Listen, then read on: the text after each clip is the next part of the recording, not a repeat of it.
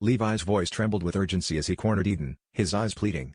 "Stop hiding it, Eden. You owe it to yourself, and to Tim, to face what you really feel for Cash." His words hung heavy, stirring something restless in her. Eden's heart raced. Could she keep burying the truth, or was it time to let it spill?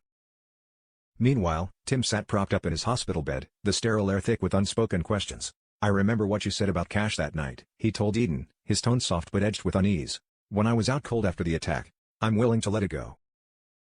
Searched her face for relief, but instead, Eden's gaze dropped.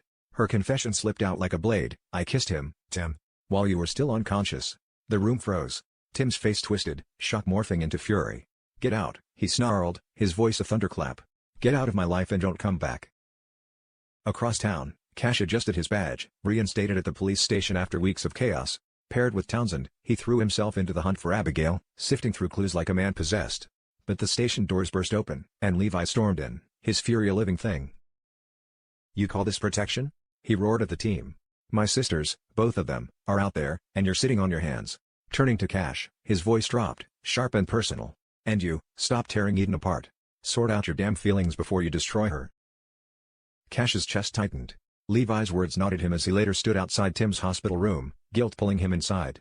"I'm sorry," he said, voice low, raw.